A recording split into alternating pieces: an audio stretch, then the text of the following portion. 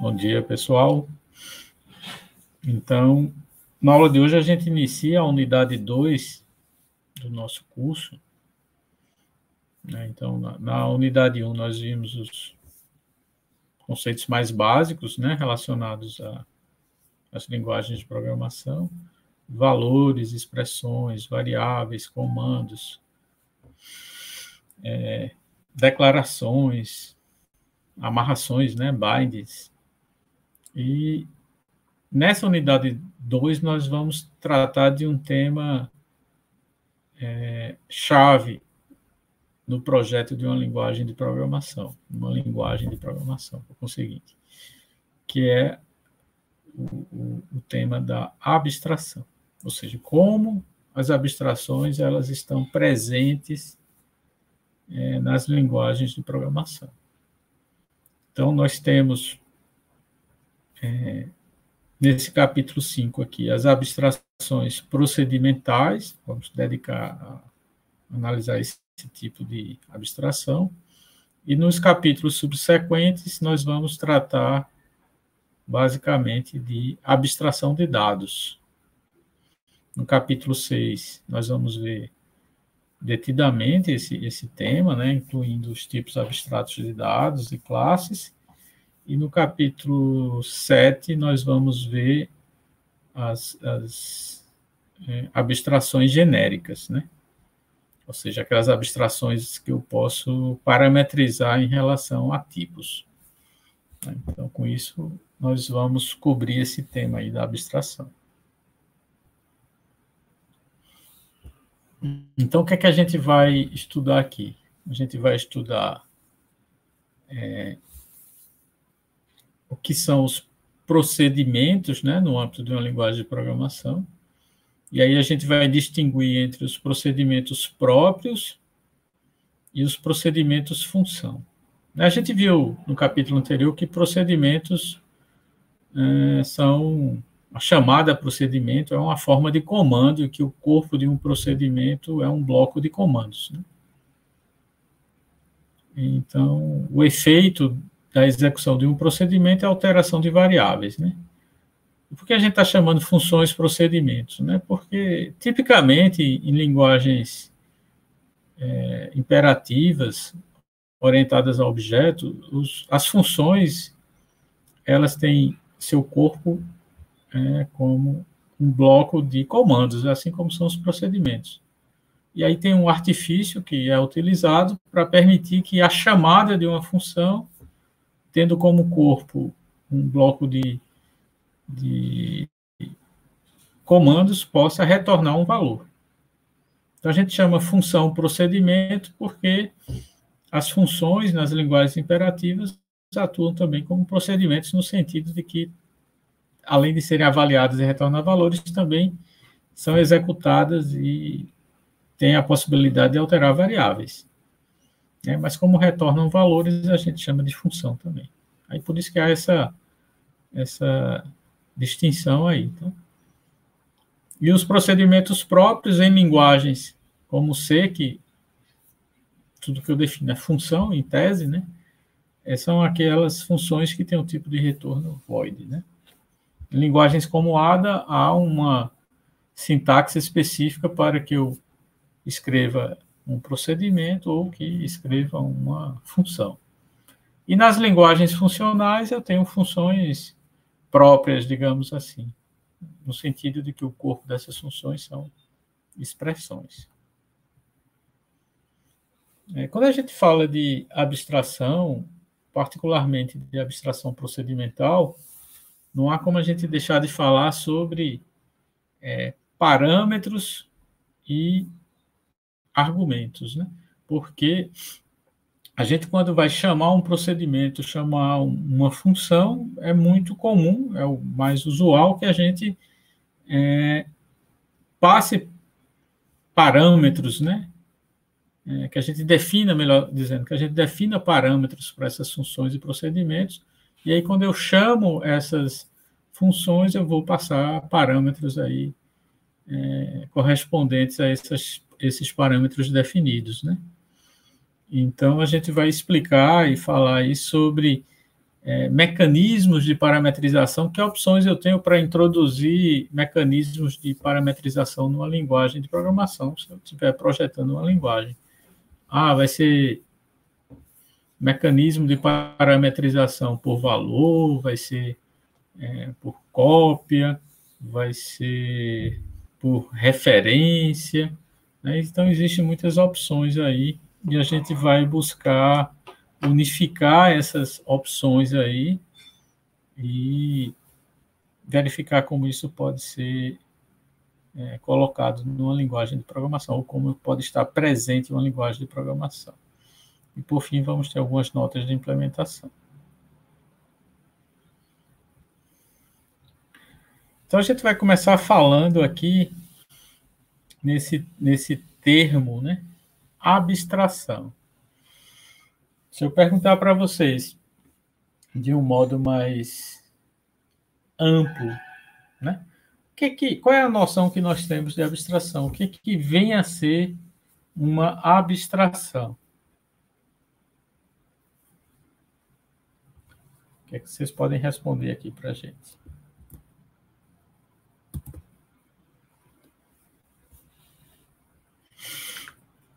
E, pessoal?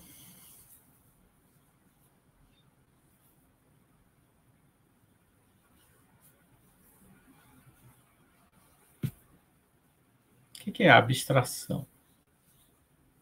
Qual o sentido desse termo, abstração? Eu acho que a abstração é a gente pegar um problema, certo, e transformar ele. Eu não sei como colocar, porque é algo meio filosófico, no esse lugar negócio de abstração. filosófico, transformar ou considerar. Isso. Eu acho que a gente pegar um problema assim e abstrair ele, é transformar as partes dele, buscar entender assim. E eu acho que, de certa forma, dividir também. Eu não sei se esse conceito de divisão tá certo. Isso. Mas transformar esse problema, assim, entender ele e trazer para o mundo do software, então, das máquinas. Não sei. Assim. Então, vamos lá. Pensando de forma geral, né? Abstração, dado. Aí vamos, em vez de usar problema, pode ser problema, mas vamos pensar um certo fenômeno, né? Ou problema real, né? Vamos pensar assim.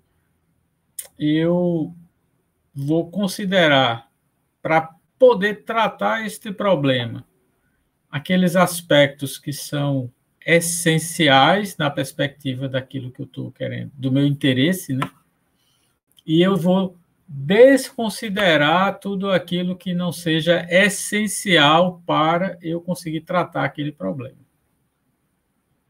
Então, abstrair a gente pode pensar em termos como sendo esse processo, né? Vamos pensar a abstração como processo, né? De considerar, dado um certo problema, uma certa realidade, um certo fenômeno, considerar aquilo que é essencial e desprezar tudo aquilo que não seja essencial. Tá? Então, por exemplo, na física, né, tem ela, né, pródiga em abstrações. Por exemplo, quando se considera um corpo, né, se considera que, primeiro, essa noção de corpo já é uma abstração, né, porque significa aí um objeto qualquer, vamos pensar assim, né? Quando a gente pensa que ele tem uma massa uniforme, não é isso? Não se usa esse termo, né? Se pensa que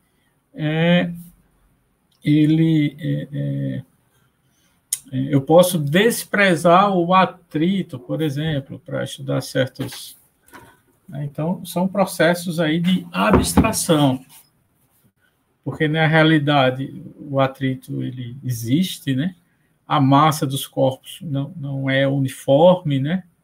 E os próprios corpos isso aí já é uma abstração, porque cada corpo ele é concreto e particular, né? E aí, quando eu falo corpo, né, eu estou falando de um modo geral, né? Então, a abstração tem esse sentido aí, né, de considerar aquilo que é essencial e desprezar, na minha perspectiva ali, tudo aquilo que é não essencial, que é acidental ali. Né? Em outra perspectiva, aquilo que era acidental, não essencial, pode passar a ser essencial e aquilo que era essencial ser desprezado, né? Porque eu já estou vendo em outra perspectiva, né? Então, a abstração é um meio aí para a gente poder tornar tratável, né, pelas nossas capacidades, a realidade que é complexa, né? Então, vamos aqui.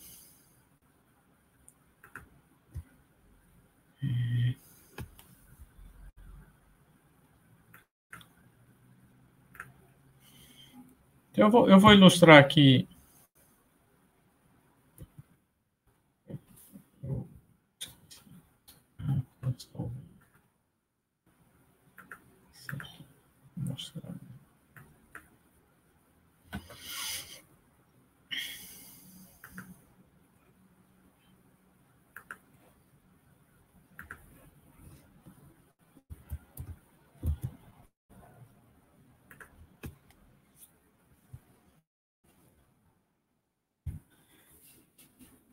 Então, se eu perguntar para vocês o que é isto aí que nós estamos vendo, o que é que vocês poderiam me responder? Cachimbo.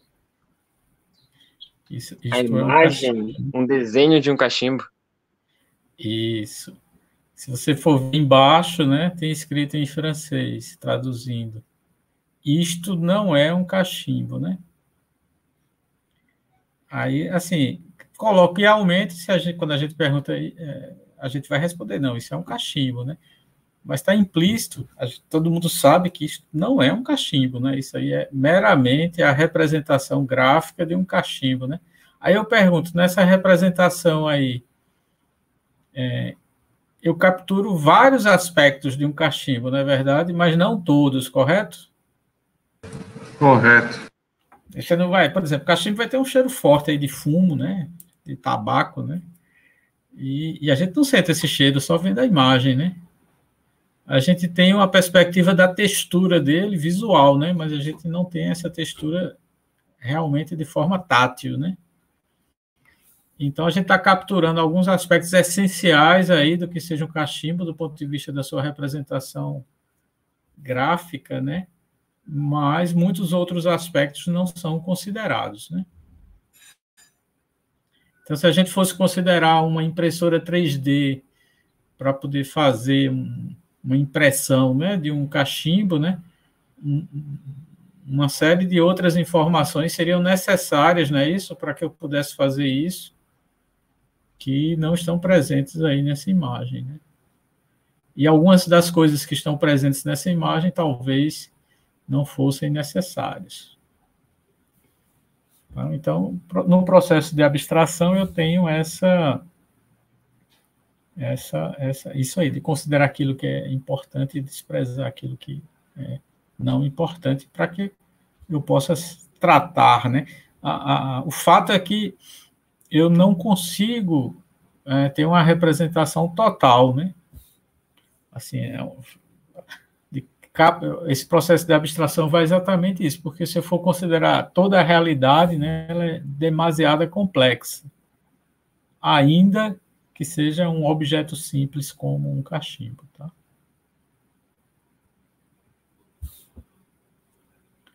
Então, mostrando essa imagem aí para vocês, ela na visão aí de vocês, ela é algo abstrato ou algo mais concreto?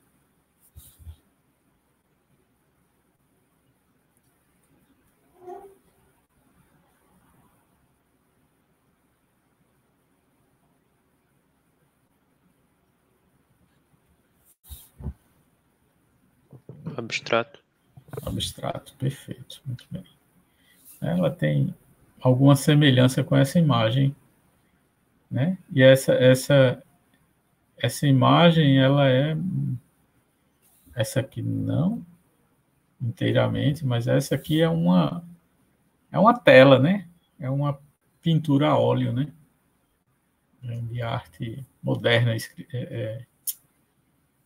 foi feita por um pintor holandês chamado Mondrian. Então, ela é bem abstrata, né? No sentido de tem formas geométricas bem definidas, você tem cores primárias, né? Isso aqui segue, acho que é uma proporção áurea, tá? Esses quadradinhos aqui, que vão, esses retângulozinhos aí. E ela é considerada uma pintura abstrata, né? Mas o que é que ela abstrai para ser considerada abstrata, né? Vamos tentar compreender isso, né? Essa é uma tela pintada pelo mesmo autor. Comparada com aquela anterior, ela é mais concreta, né? A gente reconhece elementos da natureza aí, não é?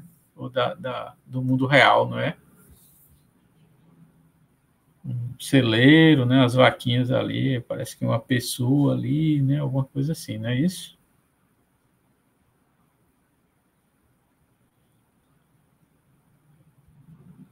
Mas se a gente for já do mesmo autor também, ela tende, né? A gente visualizar essa imagem como sendo mais essa tela, né?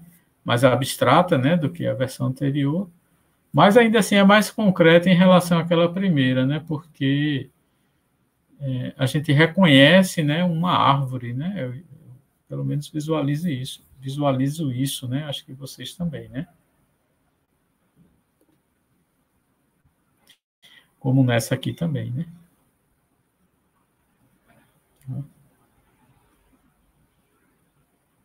Não é tão representativo da natureza aí, mas a gente ainda reconhece aí essa forma, ela é menos abstrata em relação àquela primeira tela lá.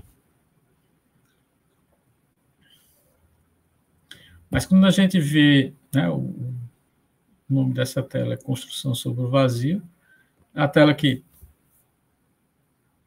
teve aí bastante sucesso, digamos assim, ela tem, acho que pouco mais de 100 anos, acho que é de 1910.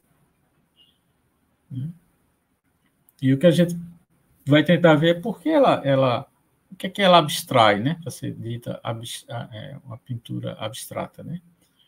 É uma pintura que teve bastante influência na publicidade, por conta das composição de cores, as proporções, né? Essa é uma outra tela dele também, abstrata. Mas quando a gente vê esse quadro aqui, né? Esse retrato, né? É um retrato no sentido que retrata a figura humana aí, mas é uma pintura pintada a óleo aí, em 1853. Mas é bastante realista, concordam aí comigo?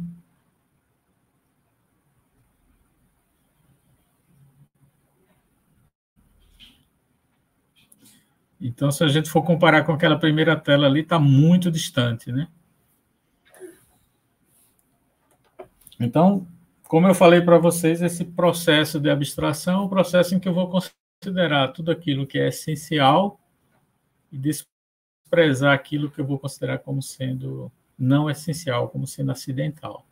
Então, pensando em termos de uma pintura, né, de uma tela, né, como é que seria fazer uma abstração dela, né? Aí eu pensei assim, eu posso ir reduzindo, eu peguei um software de computação gráfica, né, de processamento de imagens, e fui reduzindo, eu vou retirar informação espacial, eu vou reduzindo a resolução espacial dessa minha imagem, para ver o que é que sobra, né? O que é que fica de essência, tá certo? Então, eu fui reduzindo, fui retirando informação, ó. Certo? Então, o pixel, né, vai crescendo de tamanho, né?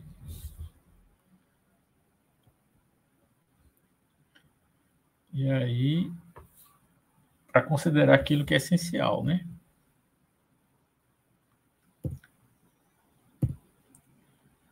Aí eu cheguei lá naquela imagem inicial que vocês viram, né?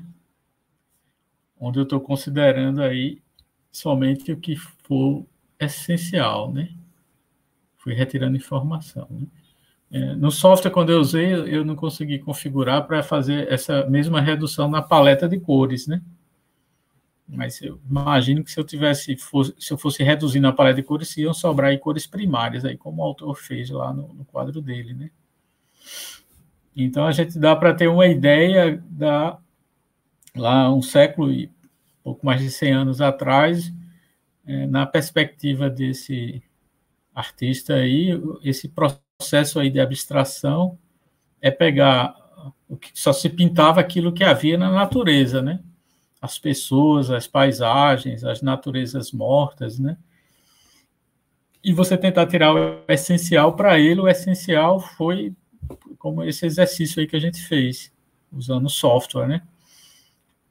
E sobrou apenas aí formas bem definidas aí, retangulares, quadradas e cores básicas, né? Foi a essência ali que ele considerou, né? Então, esse é o processo de abstração, né? Aí levado aí a um extremo, né? No caso aí dessa tela inicial que a gente mostrou para vocês. E a abstração, ela também está presente. A gente aprende assim com muito quando a gente é muito pequeno, né? As quantidades, né? Então, eu muito pequeno, minha filhinha de 3 anos aqui, ela já percebe isso, né? De saber contar, assim, saber que 2, né? Por exemplo, como é que ele serve para você contar objetos de classes distintas, né? Então, se a gente for perguntar o que é que tem de comum aqui entre essas duas imagens, né? Além de serem frutas e serem formatos redondos, né? São 2, né? Eu não preciso ter uma representação para contar 2 laranjas que seja diferente da notação, digamos, para contar 2 maçãs. O número 2, o número natural, né? Ele vai servir para contar 2 objetos quaisquer. Não interessa o que eles são. E é efetivamente uma abstração, né? Os números são abstrações, os números naturais, porque a gente não encontra os números naturais na natureza, né? A gente só encontra eles corporificados, né? Eu tenho 2 maçãs, né? Mas aí são maçãs. O 2 aí é algo que é uma abstração que nós fazemos, né? Tá? A gente não encontra puramente, né? Esse número 2 na natureza, né? Tá? Por isso que a gente diz que numa classe abstrata, né? Também a gente não tem instâncias, né? É o mesmo sentido, tá? E aí a gente começava representando esse número 2 aí, fazendo 2 tracinhos, né? Ou então quando a gente aprende a contar, né? Aquela sacolinha que a gente vai botando as pedras lá, e cada pedra corresponde a uma quantidade aí de animais, por exemplo. Né? Isso seria uma notação unária, né? E aí o 2, né, foi evoluindo a escrita dele até chegar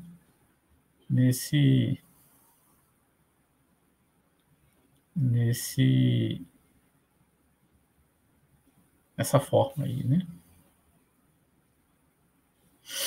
Mas, né, é algo bastante abstrato, né? Então, essa é a noção aí que eu trago aí para vocês de abstração, né? Assim, no sentido mais geral, mais filosófico, né?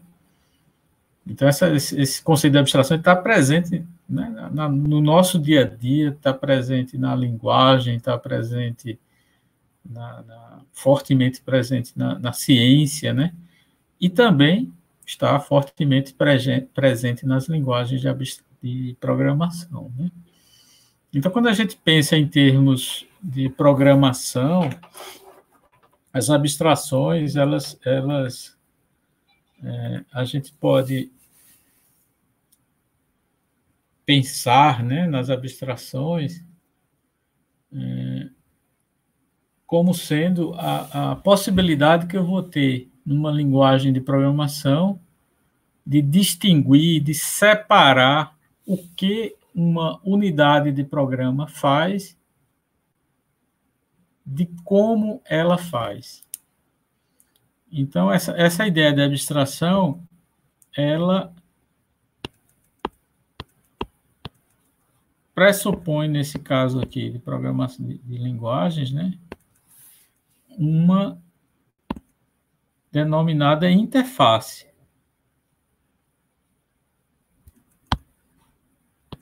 Então, qual é o sentido? O que é uma interface, pessoal? No sentido amplo mesmo.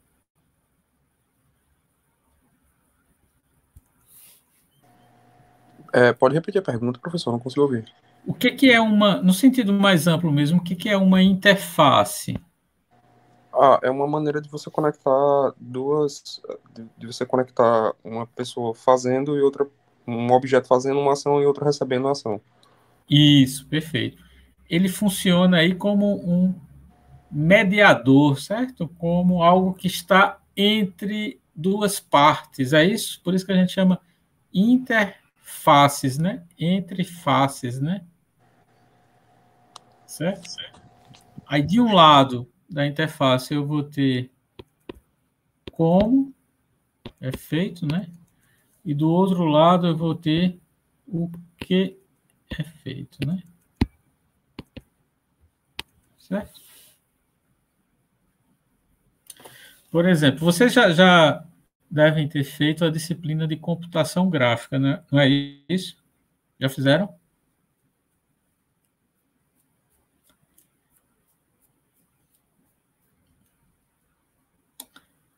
Estou pagando agora, professor.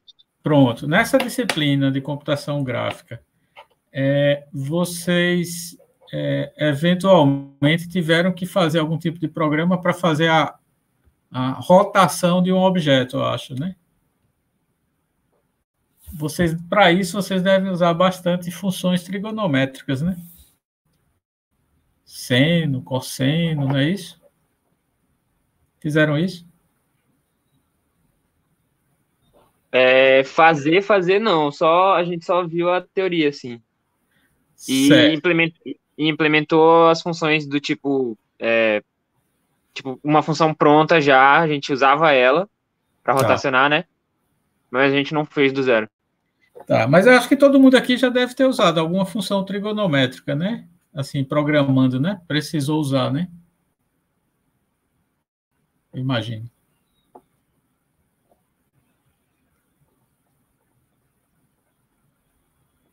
Aí eu pergunto para vocês,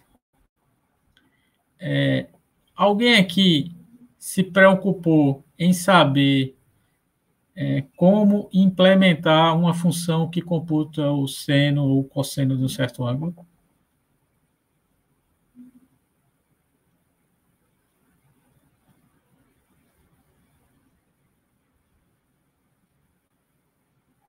Alguém já... Não, mas já usou a função?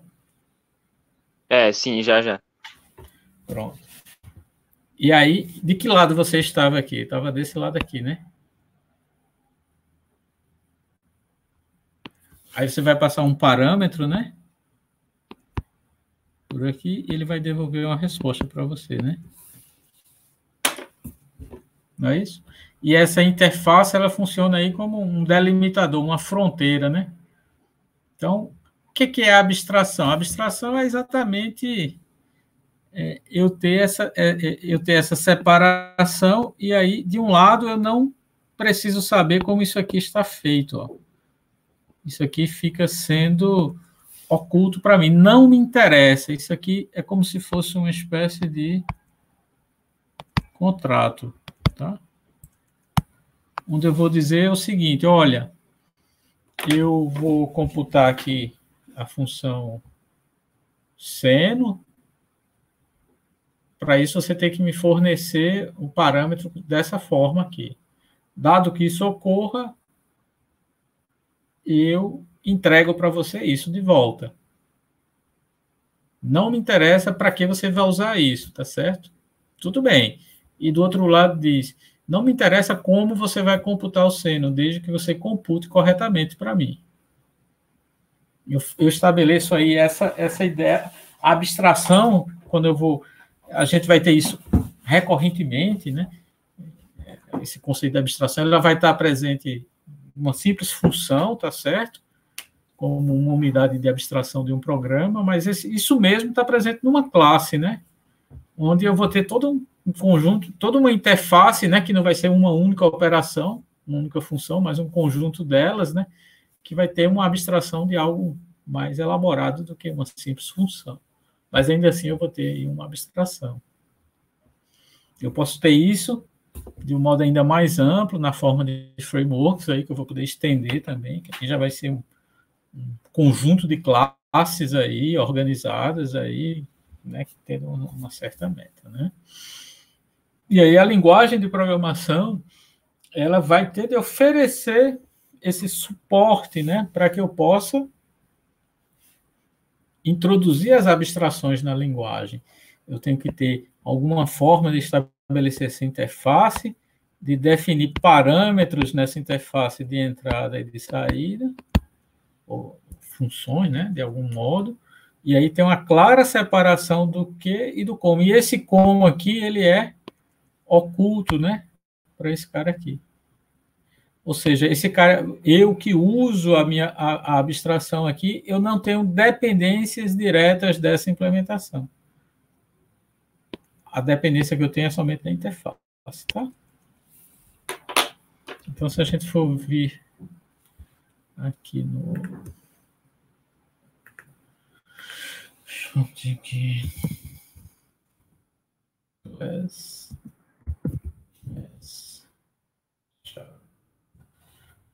Aqui na classe MES.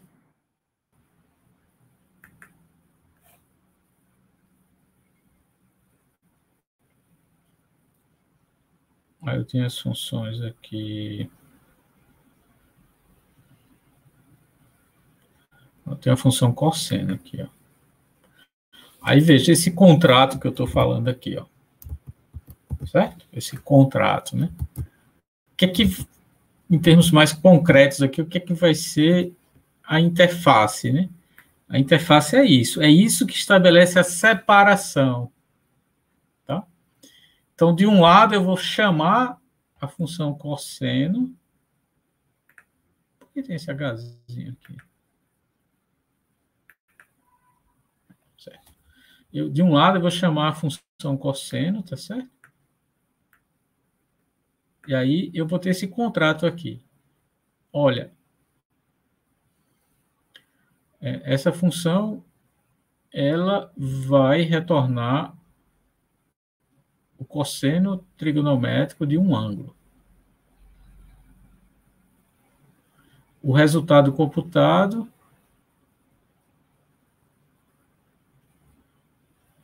nem sei o que é isso. Deve estar dentro... Não sei isso aqui o que é. Os resultados são semi-monotônicos. E se o argumento is not a number, ou infinito, o resultado é esse not a number infinito. O parâmetro está em ângulo, em radianos, e retorna o cosseno do argumento. Esse é o contrato. Então, eu que vou usar essa função, vou considerar esse contrato. E aí eu vou ter que fornecer o ângulo em radianos. E aí, quem implementou vai se comprometer a fornecer o cosseno desse argumento. E esse contrato vai servir para quem vai implementar também, do outro lado, que ele tem que calcular, computar aí e aí o que é que eu abstraio, né, quando eu chamo essa função cosseno? o que é que eu vou desconsiderar aí? É que eu não preciso saber implementar o algoritmo que computa o cosseno. Simplesmente vai ser dado para mim isso. Tá? Então, eu não vou ter que lidar com essa complexidade aí, eu não tenho que ser um especialista em cálculo numérico aí, para poder, toda vida que eu for precisar usar o cosseno, implementar esse algoritmo. Tá? Observe que se você estivesse programando em Assembler, você ia ter as operações matemáticas básicas ali, aritméticas, né, do processador, mas não sei, nem sei se tem cosseno, vamos imaginar que não tenha, né? E aí, se você precisar do cosseno, você ia ter que encontrar e implementar um algoritmo para poder fazer isso, porque não tem como você abstrair, tá?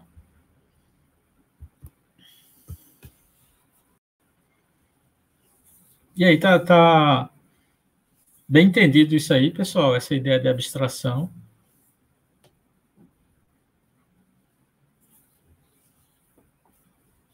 Vocês querem complementar aí a explicação de alguma forma, etc. Papai, voltei. Tá tudo em ordem, professor. Muito bem. Então, eu vou apagar aqui. Lara, papai está dando aula. Aí, eu vou apagar porque vai ter um. Vamos lá.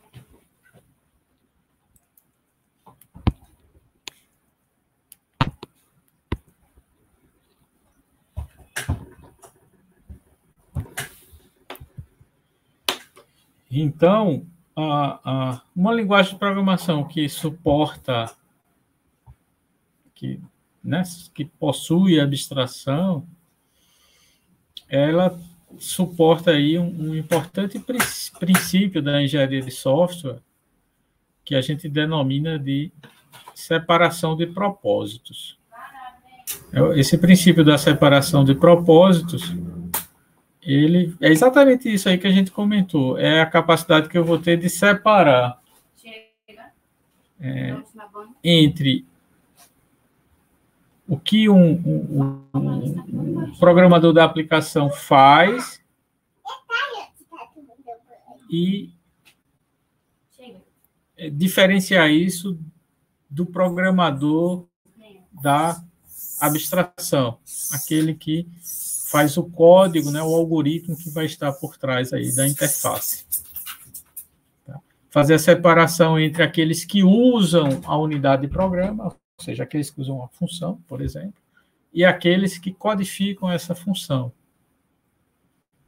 Então, eu que estou lá fazendo programa aí de computação gráfica, que precisa usar essas funções trigonométricas, né, eu não tenho de me preocupar em ser também um especialista, além de computação gráfica, em cálculo numérico, para poder fazer ali a rotação, porque eu vou ter que calcular e chamar várias vezes funções trigonométricas.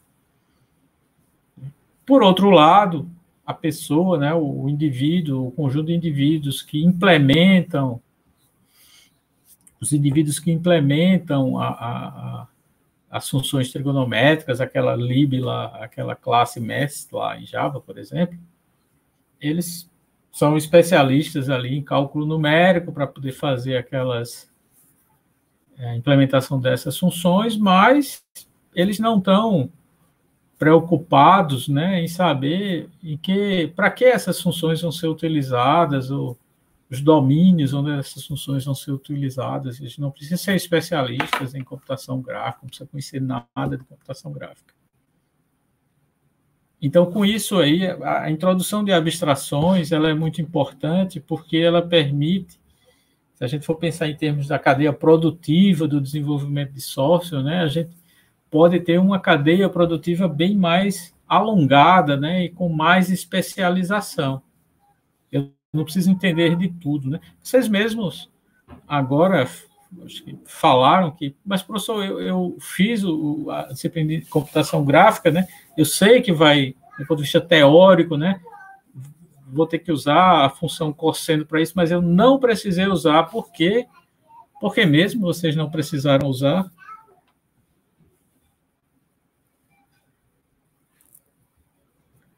Porque já estava abstraído. Porque já estava... Exatamente. Porque eu já tenho uma abstração de nível superior àquela que já faz a rotação para mim. Então, você já tem uma interface que separa, e essas funções trigonométricas eu também não preciso utilizar. Então, nesse sentido, você também não precisa ser, digamos assim, um especialista, vou botar entre aspas aí, em computação gráfica, para poder fazer um jogo, por exemplo. Estou certo por aí? Porque você já vai usar uma abstração de funções de computação gráfica, ou né, não é isso, né, pessoal?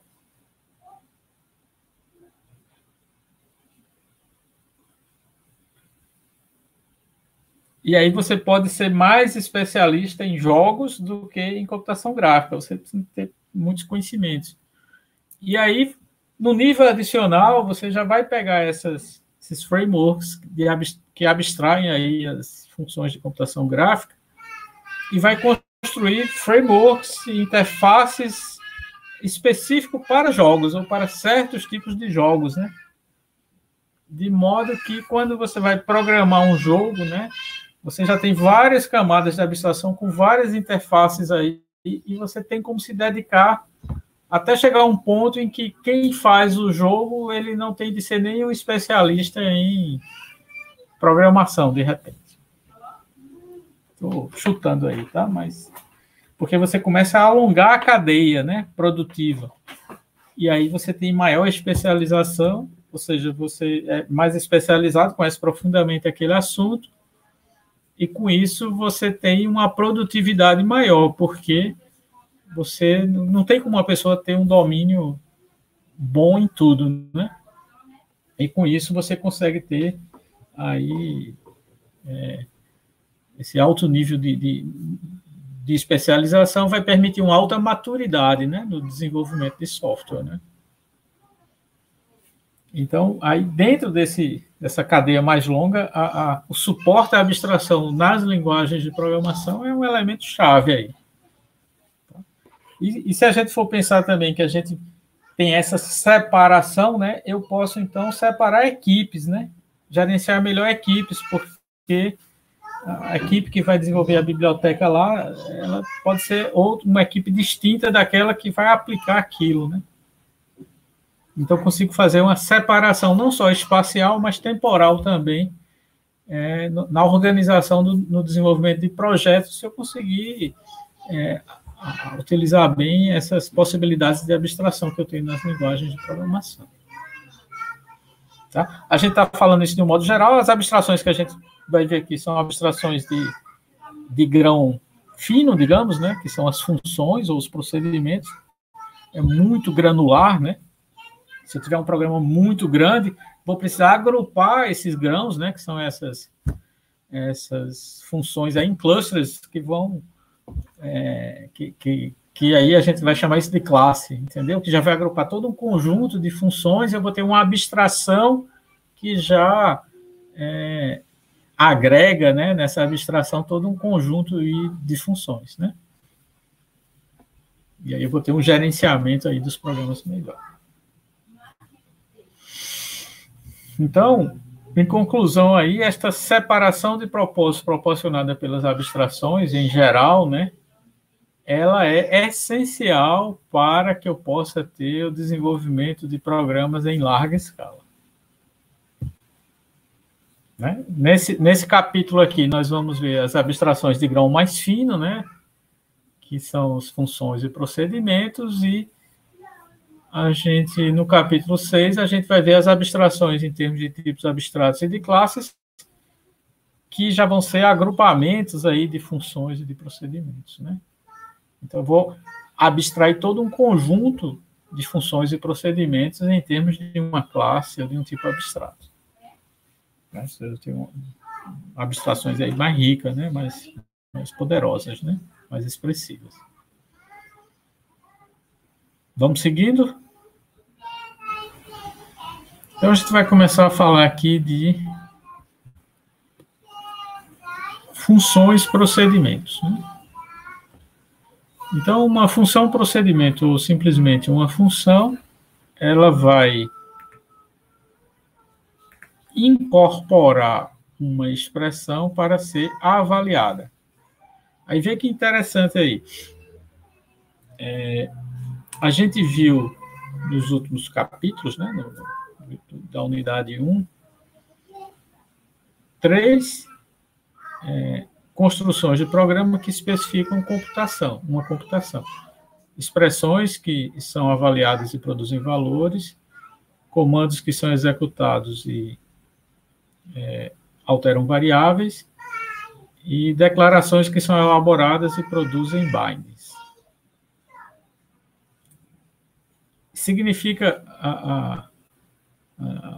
assim, a gente já pode adiantar para vocês um princípio que vai dizer o seguinte: para toda construção de um programa que especifica algum tipo de computação, eu posso definir uma abstração para essa construção, para poder abstraí-las, né?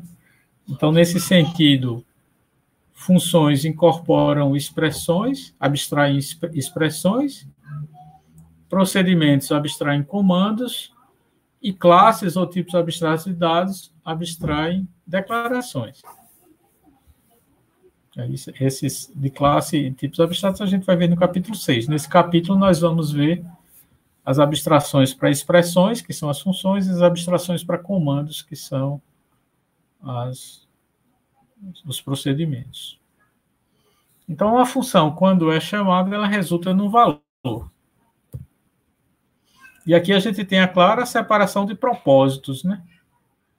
Então, o programador da aplicação, quando chama a função, ele está preocupado apenas com o efeito da função, ou seja, o seu comportamento observável, que é a produção do valor.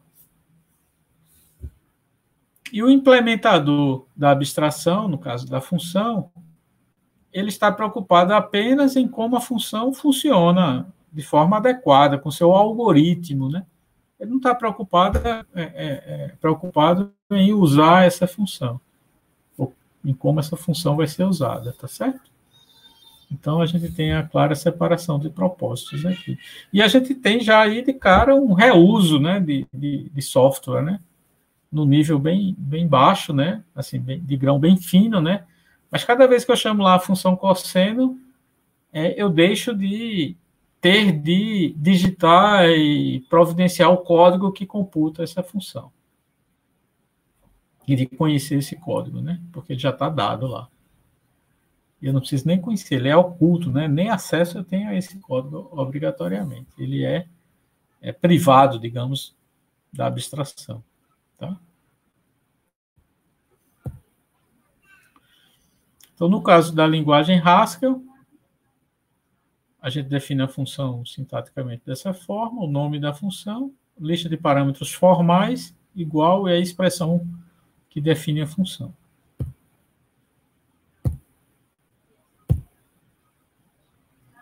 Então, nesse caso, o corpo da função é uma expressão, né? Um bloco expressão. A chamada função simplesmente avalia para determinar o resultado. Exemplo, essa função que eleva x à enésima potência inteira. Então, aqui é o nome da função, lista de parâmetros formais, igual, aí vem a expressão, isso é uma expressão que computa a enésima potência de x. X é a enésima potência, né? Então, se n, que é a potência, igual a zero, então retorna 1. É o caso de parada, né, da recursividade. Se não, o resultado a ser retornado vai ser x vezes a potência, x elevado a n menos 1, né? Aí eu vou, na realidade, né, multiplicando x vezes x vezes x vezes x, né, até multiplicar no final por 1, né? Aí aqui, eu que sou o programador da abstração, vou ter que me preocupar com esse algoritmo aqui, ponto. Considerando x tem que ser float e n inteiro. A chamada aqui eu não me preocupo em como ele funciona, eu me preocupo somente com o resultado. Né?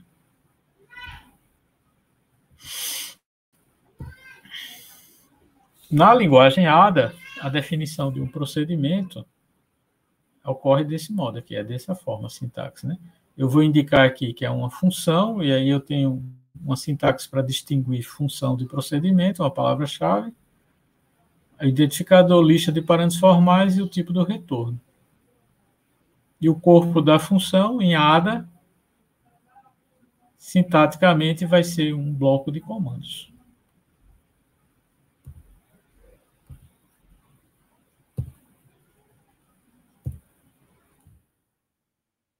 Então, o corpo aqui é, sintaticamente, um bloco de comandos. A chamada função executa o bloco de comando, que vai executar, vai ser executado, né? Mas, como ele tem que retornar um valor, a última execução de return interrompe a execução dos comandos aqui, avalia e retorna esse resultado como o resultado da chamada da função. Esse é o artifício aí que a gente utiliza, que se utiliza para que a chamada da função, que no caso em ADA o corpo da função é um bloco de comandos, então é uma execução, mas ela funciona também como uma expressão, como se fosse uma expressão. Então, nesse caso, o corpo da função, né, atua como se fosse uma expressão, mesmo sem ser. Aqui é a versão da função float, da power em ADA, né, na versão não recursiva, a versão iterativa, né. Eu vou precisar dessa variável auxiliar P para acumular a potência, né, à medida que eu vou multiplicando por x aqui. Se for variando de 1 a n, né? E no final eu retorno P.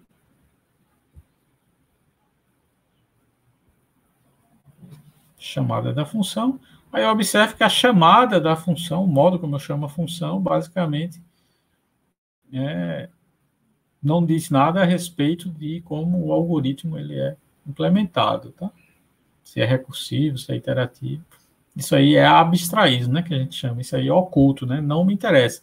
O que me interessa é que o contrato seja cumprido.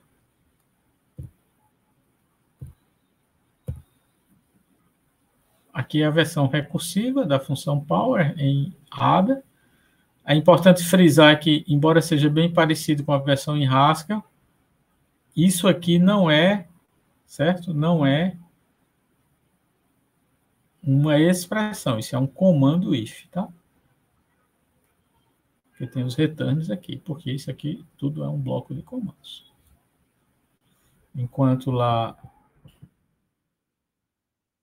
em Haskell, isso aqui é uma expressão, diretamente, tá?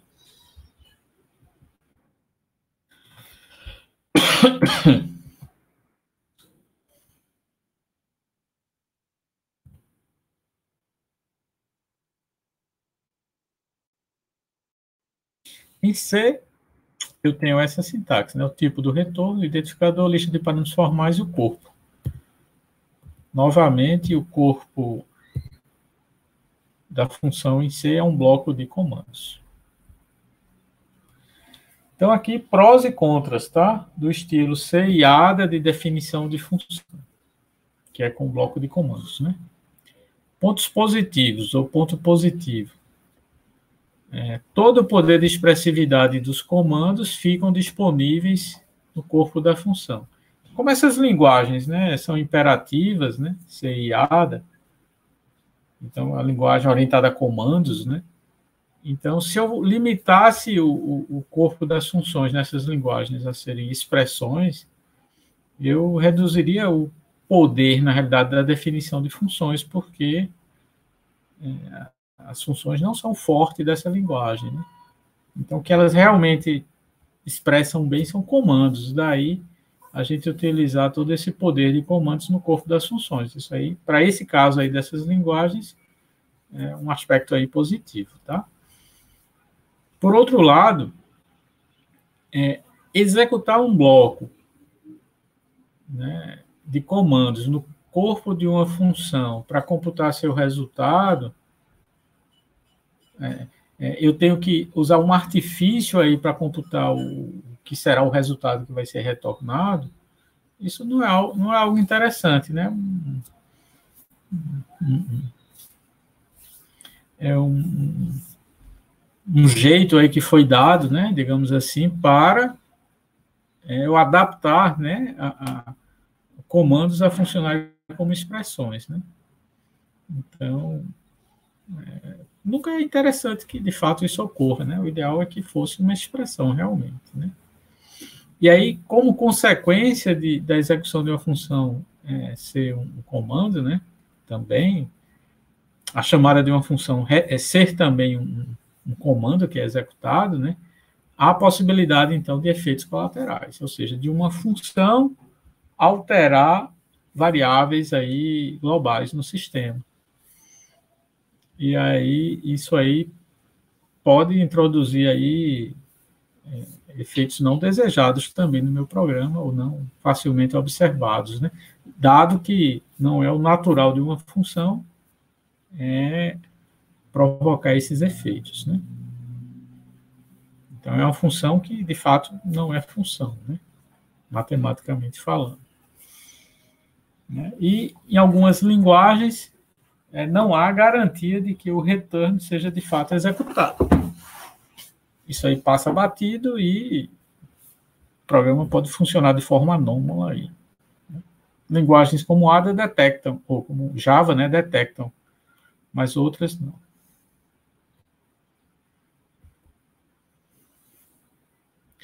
O procedimento próprio, ou simplesmente procedimento, ele vai incorporar um comando para ser executado.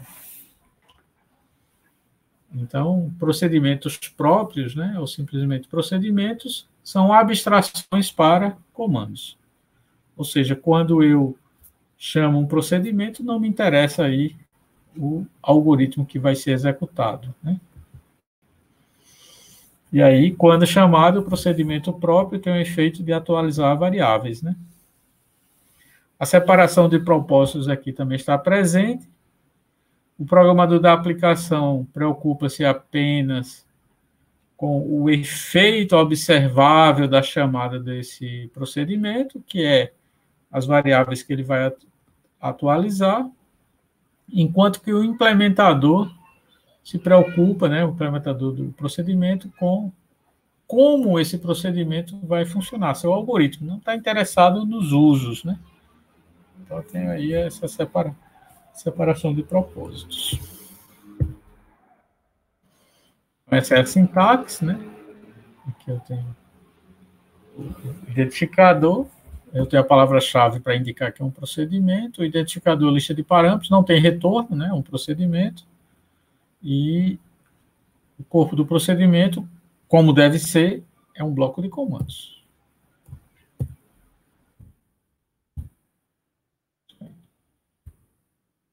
A chamada ao procedimento executa o bloco de comandos.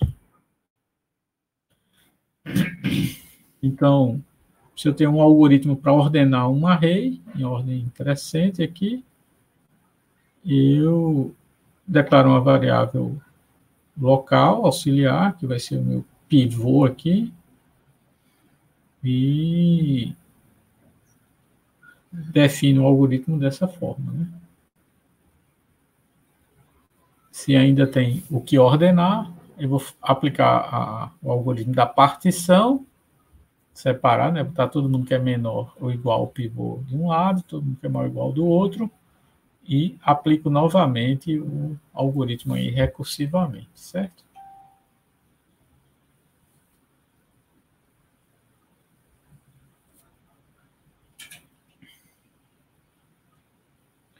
Então,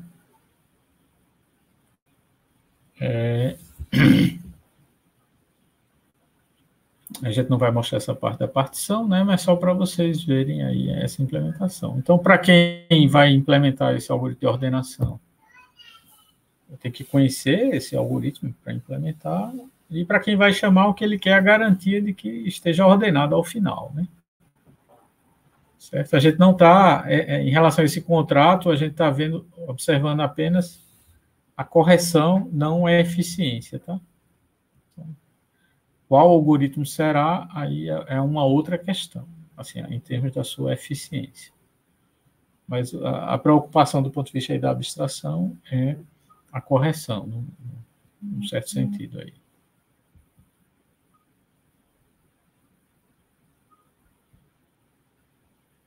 Então, com isso, a gente pode introduzir aqui o princípio da abstração, né, que eu falei logo no início, né? Então, uma função, um procedimento é uma abstração sobre uma expressão. Ou seja, um procedimento função tem um corpo que é uma expressão, ou pelo menos em efeito é uma expressão, e a chamada é uma função, também é uma expressão que vai resultar em um valor pela avaliação do corpo da função. E um procedimento próprio é uma abstração sobre um comando, ou seja, um procedimento próprio tem um corpo, que é um comando, e a chamada desse procedimento é um comando que atualizará variáveis pela execução do corpo do procedimento. Então, assim, a gente observa aqui um paralelismo, né, na definição entre esses dois, e aí a gente tem como generalizar isso, né, para todos os tipos de abstração, para todos os tipos de estruturas que especificam computação.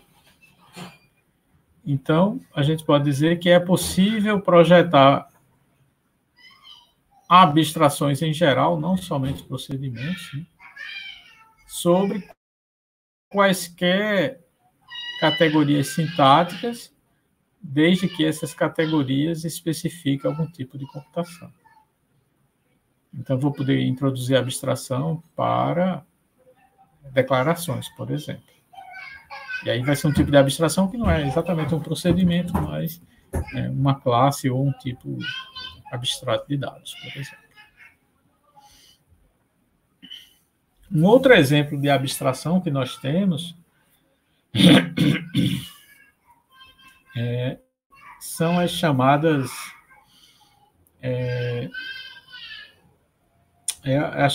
é o procedimento seletor, tá certo? Só um instante. Não tá pegando, Daniel, tio. É porque tá sem internet aqui em casa, Lara. Mas eu quero ver, mas Lara, venha, Lara. Olha o seu cabelo que tá. Só um instantinho.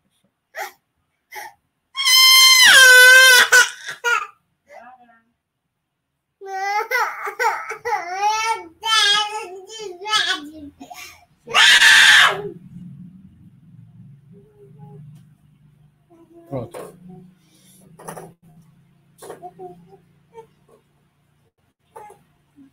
Já tá lá, Lara. Pronto, Lara, venha.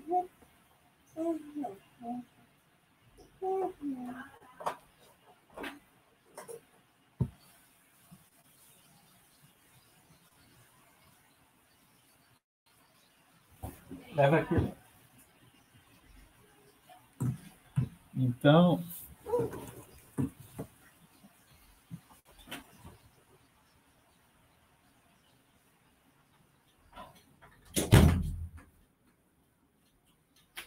Então, pessoal,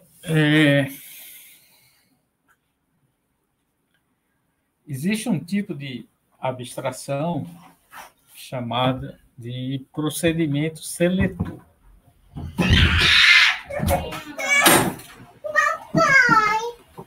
sempre não vai. Só um instante. Ele não tá indo pra TV, não. Tem que ser. Pronto. É aqui no celular. Mas Ó, não tá sem internet, Lara. Venha. Venha. Eu quero falar uma coisa para você. Diga, meu anjo. Olha, essa menina tá me sentindo assim.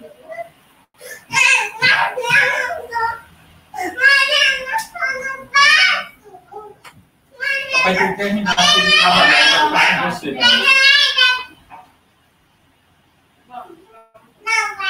Ó, aqui, ó. Aqui.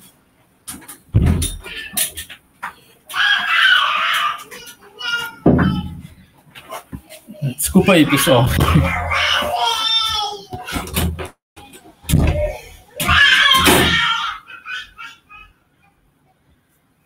Então, temos aí esse procedimento seletor.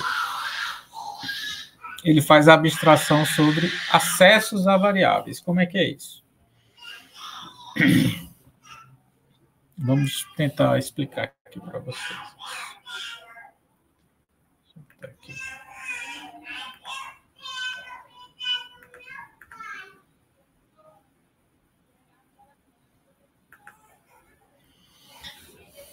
Então, quando eu faço acesso a uma variável, né?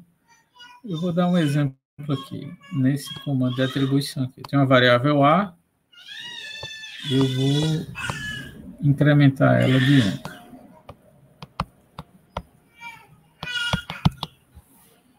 Certo? Aí vamos imaginar que essa variável está nessa célula da memória e ela tem 0 aqui armazenado.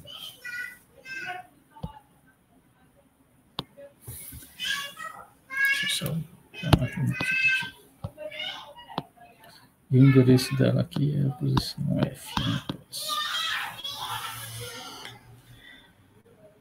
Então, para poder esse comando ser executado, eu vou ter essa variável, ela ocorre nesse ponto aqui do comando de atribuição e nesse ponto aqui. Aí eu pergunto para vocês aqui, nesse ponto aqui do comando de atribuição, quem esse A denota? Como é que a gente entende esse A aí? Ele é o quê nesse ponto aí?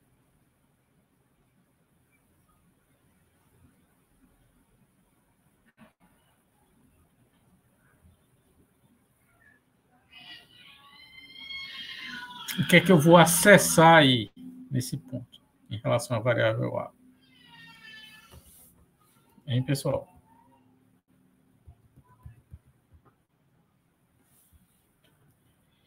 Quem é que eu vou acessar aí?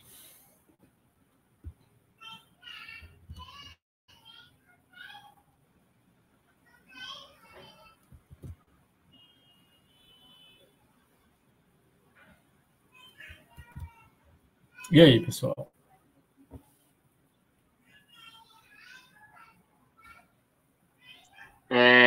Vai acessar o próprio valor dela?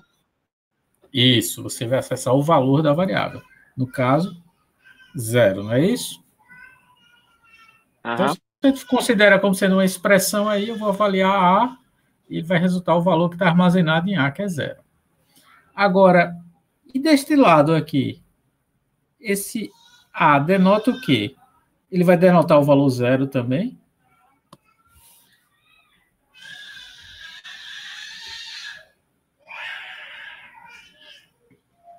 Eu acho que sim. Ou seja, eu vou armazenar... Aqui, quando a gente olha essa variável, a gente diz aqui, eu entendo como sendo, como você bem falou, o valor de A, né? O valor que A armazena. Quando eu olho aqui, eu digo que essa expressão aqui, ela vai ser avaliada, vai produzir um valor que vai ser armazenada em A, não é isso? Isso mesmo. E aí, nesse caso, eu vou armazenar em A. E A, nesse caso, vai ser 0, é isso? Se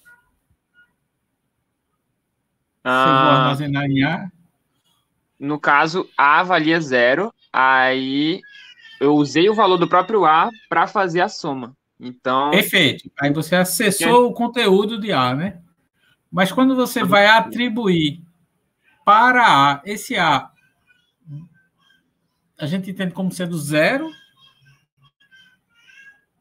Ou a gente entende como sendo o quê?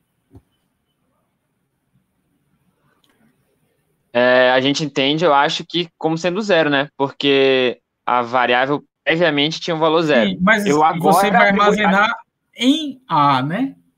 Exatamente. Esse Exatamente. em A, quem é A nesse caso? Não é mais o conteúdo, certo? É a posição de memória, onde eu vou armazenar. Ah, entendi. O lado esquerdo da expressão, você diz, né? Antes da atribuição. Isso, exatamente. Eu entendo Correto. eu vou atribuir em A, atribuir naquela posição de memória denotada por A. Mas quando eu estou do lado direito, eu não vou entender como sendo a posição de memória denotada por A. Eu vou entender como sendo o valor armazenado naquela posição de memória. Sim, entendi agora. Entendeu? Então, isso aí é o chamado acesso a uma variável. Eu acesso uma variável de duas formas, ou em dois contextos, né? Num contexto onde eu vou esperar o endereço, que é do lado esquerdo aqui, correto? E no contexto onde o que eu vou esperar é o conteúdo, que é o que está do lado direito. Compreendeu aí? Não sei quem foi que falou agora, mas...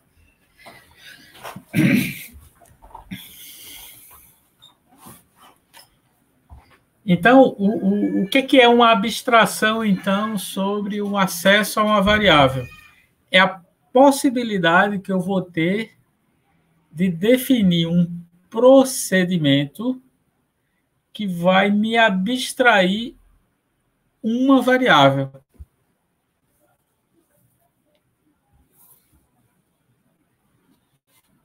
Ou seja, em certo contexto eu vou levar em consideração o valor, em certo contexto eu vou levar em consideração o endereço. Eu vou dar um exemplo aí e isso vai ficar mais claro para vocês. Vamos lá.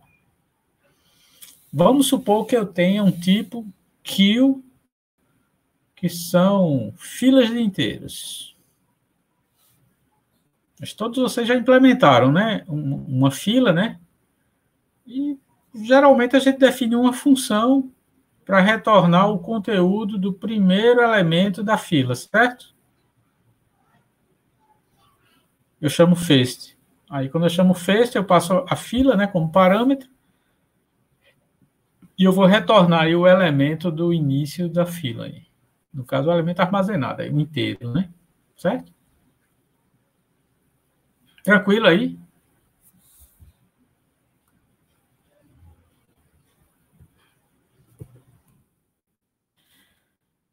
E fazer isso aqui é tranquilo, né? Estou usando aqui do lado direito, né, da atribuição. Ninguém estranha esse código aqui, né? Agora, o que vocês me dizem desse código aqui embaixo?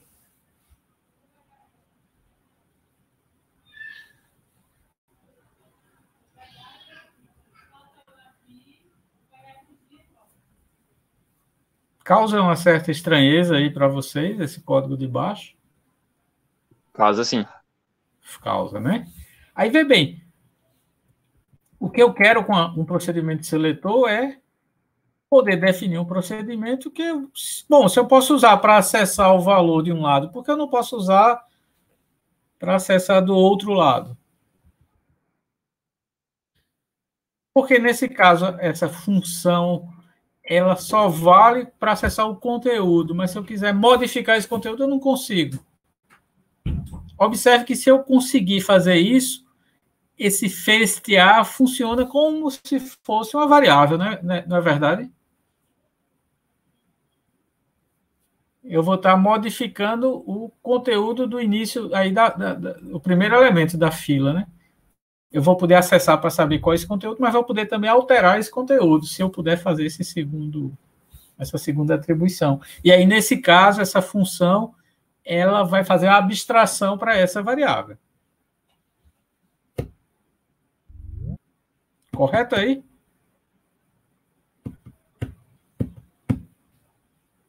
Captaram aí qual é a ideia do procedimento seletor? Professor, me interromperam aqui. Você tem como explicar novamente, por favor, essa última parte do first que é igual a 0? Pronto, vamos lá. Vê bem, a gente quer fazer uma abstração de um acesso à variável. Então, tipicamente, o acesso à variável, eu tenho dois contextos. O contexto em que eu vou usar a variável, mas eu estou interessado no conteúdo dela, e outro contexto em que eu vou acessar uma variável, mas eu vou estar interessado em saber na posição de memória que será atualizada através da atribuição. Aí, o que é a abstração desse acesso à variável? É eu poder definir um procedimento ou uma função que funcione como uma variável, que abstrai o acesso à variável. Então, se eu defino simplesmente uma função como essa first, que retorna, eu tenho uma fila de inteiros, ela vai first retornar o valor armazenado no primeiro nó da fila, né? Vamos pensar assim. Massa. Para usar, pegando o valor dessa variável, que é o primeiro nó da fila, funciona perfeito, né? Mas se é uma abstração de uma variável, eu tenho que poder atribuir para modificar esse primeiro componente aí da fila, né? E observe que isso seria abstraído, porque não me interessa se essa se essa fila é uma lista encadeada, de alocação dinâmica, se é um array, etc. O importante é que eu pudesse alterar esse primeiro elemento. Só que isso aqui é um tanto quanto estranho, né? Gustavo, tá perto. Entendeu, pessoal? Sim, eu entendi. Esse código funciona mesmo, tipo... Infelizmente, não. Ah, tá. Dessa forma, como uma função. Descrita desta forma aqui. Mas, se eu reescrever essa função com uma pequena modificação em C++, colocando esse tipo do retorno como sendo com esse comercial aqui, certo? Eu vou indicar, tá? Que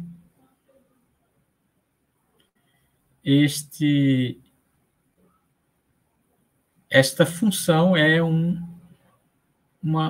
procedimento seletor. É uma abstração para acesso à variável. Quando a gente coloca esse comercial, esse retorno da função é como se ele fosse uma variável, retornasse uma variável, entendeu? Um acesso à variável. E aí, pelo contexto, aqui ele vai saber, aqui eu preciso pegar o conteúdo, ele vai funcionar como sendo uma variável. E aqui ele vai pegar o endereço. Então, se eu tenho lá a fila, né? Não interessa se é uma lista encadeada, se é um array. Quando eu pego o first, ele vai pegar a variável que armazena, né? E retorna o conteúdo, e aqui ele vai retornar o endereço. Eu vou poder modificar o primeiro elemento da fila. E aí, interessante? Porque, pelo menos quando a gente programa em C, a gente pensa diferente, né? Isso, porque você não tem isso, né? Você puro, né? Digamos assim, se você estiver programando no C de C++, vai dar certo, né? Mas no C original, no C tradicional, você não tem essa possibilidade, né? É bem fora da curva, assim, causa essa estranheza mesmo. Né? E aí, ó, a implementação, se for com listas, ou se for com arrays, ó, o que é que eu vou retornar? Eu vou retornar isso aqui, ó. O array, no array onde armazena a fila. Aí, nesse caso, esse return aí, se você bota esse comercial, obrigatoriamente tem que ser uma variável, não pode ser retornar um valor, certo? Eu não poderia botar assim, return 10, aí vai dar um erro de compilação. Obrigatoriamente tem que ser um valor, uma variável. E aí, conforme seja o contexto lá, o que é que tem de interessante aqui? É que se eu vou fazer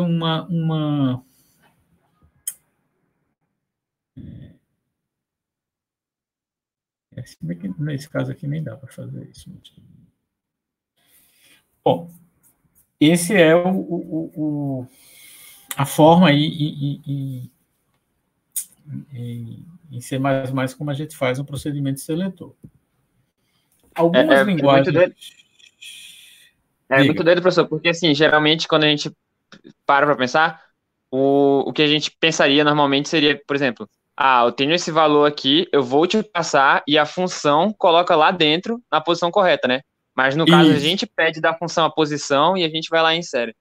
Isso. E aí, nesse caso que você está falando, o que é que a gente perde? A gente perde a abstração. Porque nesse caso aqui, olha, ele funciona como se fosse uma variável. Eu posso usar ele do lado esquerdo do comando de atribuição. Então, sintaticamente, aí, semanticamente, é uma variável.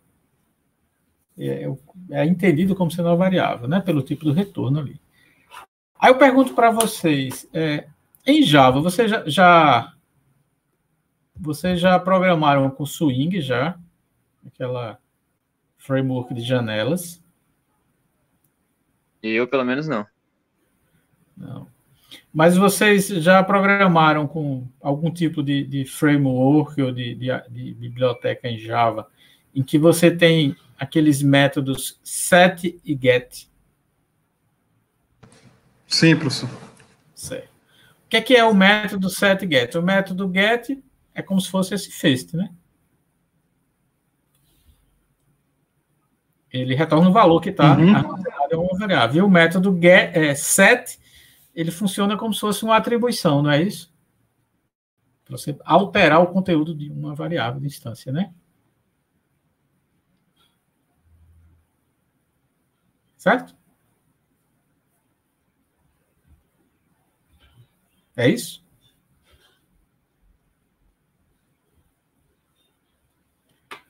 É isso mesmo, professor. Né? Agora, Java não tem o que a gente poderia chamar de procedimento seletor, né? Aí, como ele não tem, eu tenho que ter esses dois métodos. Set e get, eu tenho que usar esses métodos, né? Mas elas não funcionam como se fosse, de fato, uma variável. Algumas linguagens de programação, elas permitem que, numa classe, eu defina procedimentos seletores que vão funcionar como se fossem variáveis. Tá? Então, como é que eu posso explicar para vocês?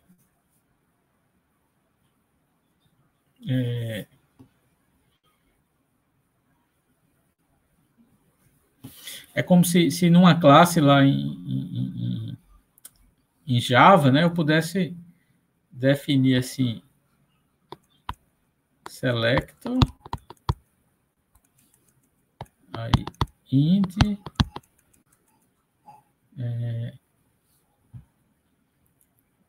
um certo valor A, uma certa variável A aqui.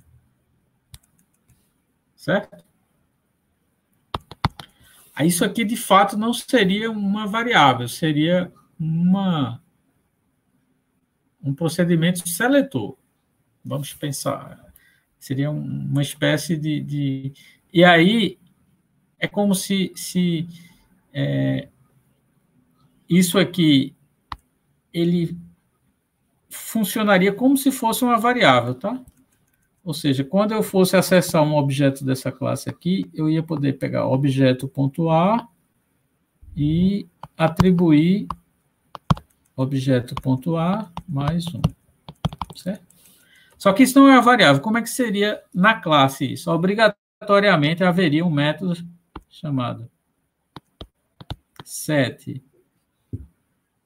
Aí eu vou botar aqui a, e aí teria como parâmetro int a, e aqui eu faria assim, isso aqui é void, né? This.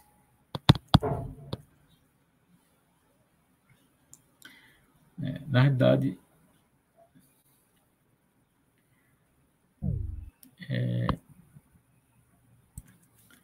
deixa eu ver aqui, está terminando aqui. Vamos fazer, como é que eu posso explicar para vocês? Eu teria um método setA e teria um método int getA.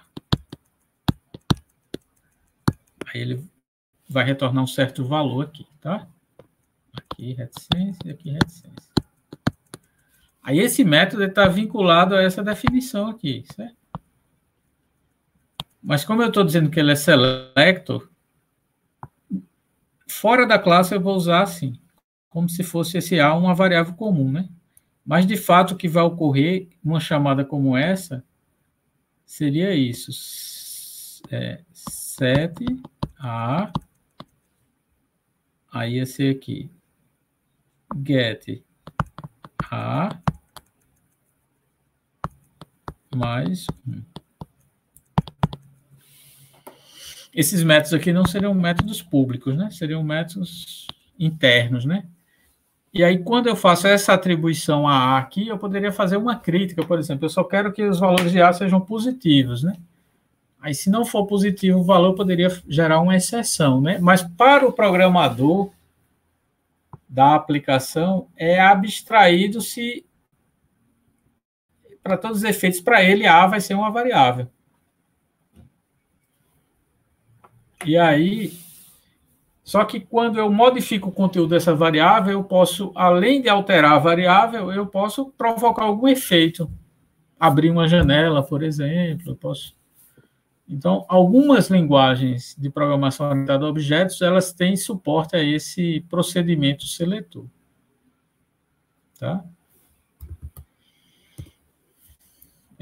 No comecinho da próxima aula, eu dou uma revisadazinha nesse item aí e trago mais informações para ficar bem sedimentado isso aí para vocês, tá certo? Ok, pessoal? Tranquilo, professor. Tranquilo, né? Porque foi meio corrido aí e o tempo acabou. Então, vamos encerrar aqui a nossa gravação.